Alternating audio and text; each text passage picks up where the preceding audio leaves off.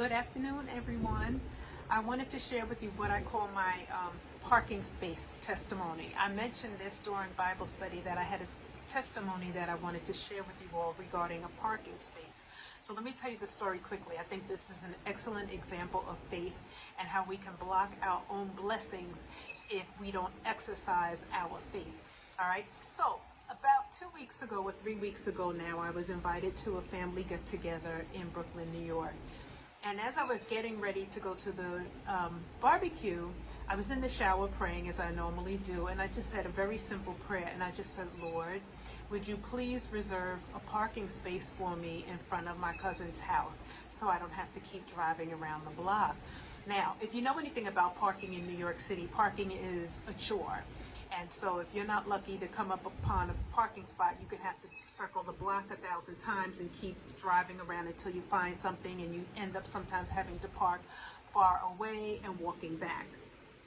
And I really didn't want to do that. My feet were bothering me. I was having an issue with my ankles, and I really just needed to find a parking spot as close to the house as possible. And my prayer was, could I find a spot? Can God just reserve a parking spot for me in front of my cousin's house? So when we get to Brooklyn and we turn the corner into the block. Right on the corner, there was an empty parking spot. So I immediately proceeded to park my car in that spot. Now, I really didn't know how far into the block or where my cousin's house was.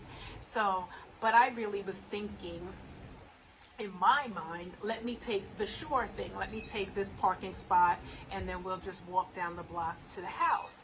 So I said to my sisters, should I take this spot, or should we drive and see if we can get anything closer, figure out where we are in proximity to his house and find something closer?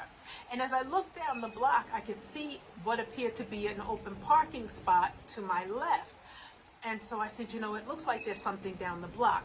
Now, the funny thing is you never know whether it's a driveway or whether there is a fire hydrant there. So in my mind, again, I was thinking, I don't want to really give up this sure thing to go up to the spot that I could see down the block for it to turn out to be someplace I couldn't park because it was somebody's driveway or there was a fire hydrant there. And then, I lose the sure thing. But anyway, we decided I would just go ahead down the block, see how close we were to the house, and see if we can find anything closer. Now, remember, my prayer was, Lord, can you please reserve a spot for me in front of my cousin's house? So as we drive down the block, I'm watching the numbers to see how close we are to the house.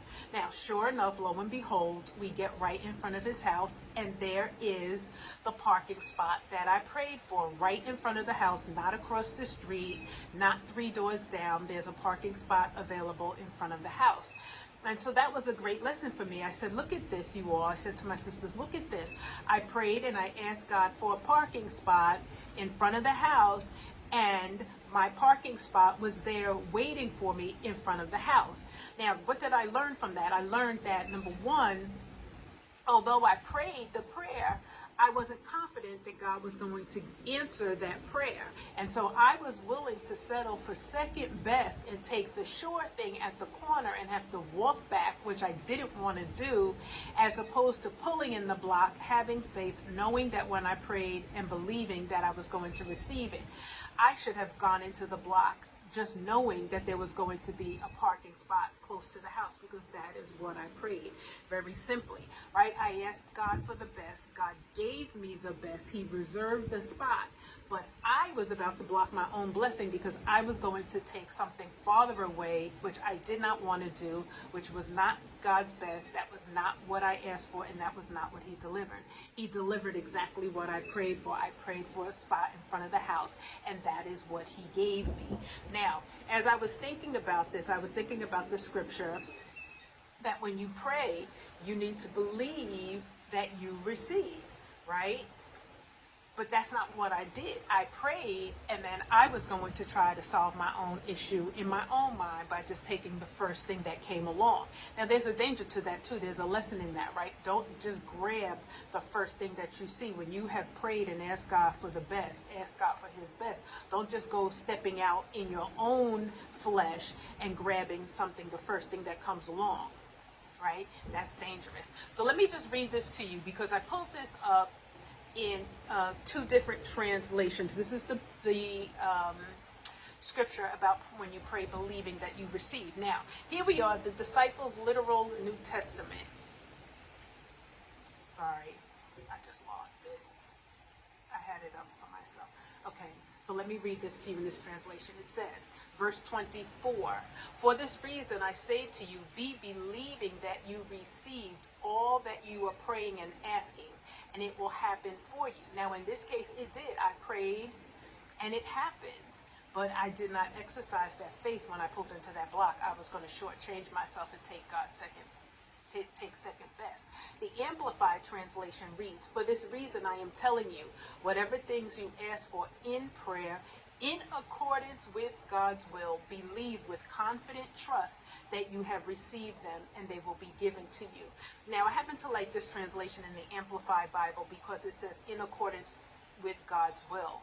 So that's a reminder for us and a lesson for us that we cannot ask for God to do things that are against his will, that are contrary to his word, right? When we ask for God to do things for us, they need to be in decency and in order, and it needs to be in alignment with the word of God. We cannot ask things that just please our flesh but are sinful and think that God is going to do it. That is not how it works, right? Now, something like this that I asked for, I just asked for a simple parking spot. God delivered it. It was my mistake in attempting to, being willing to settle for something less than God's best. I asked for the best.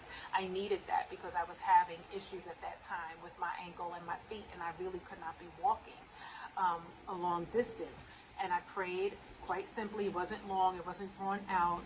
But I prayed a simple prayer. God answered the prayer, and it was me who almost blocked my blessing by settling for second best. All right, so that's just a reminder, and just to remind people that God is he's involved in the small things. He cares about the details. It's not just the big things. It's not just we need him to heal somebody from cancer, right? It's not just major things. God is in the details, and we have to remember he cares about everything that goes on with us, everything concerning us, down to something as simple as that. So I just wanted to share that with you, and don't be like me. Don't block your blessings by trying to do things. When you pray, put it in God's hands and don't mingle and meddle in it, all right?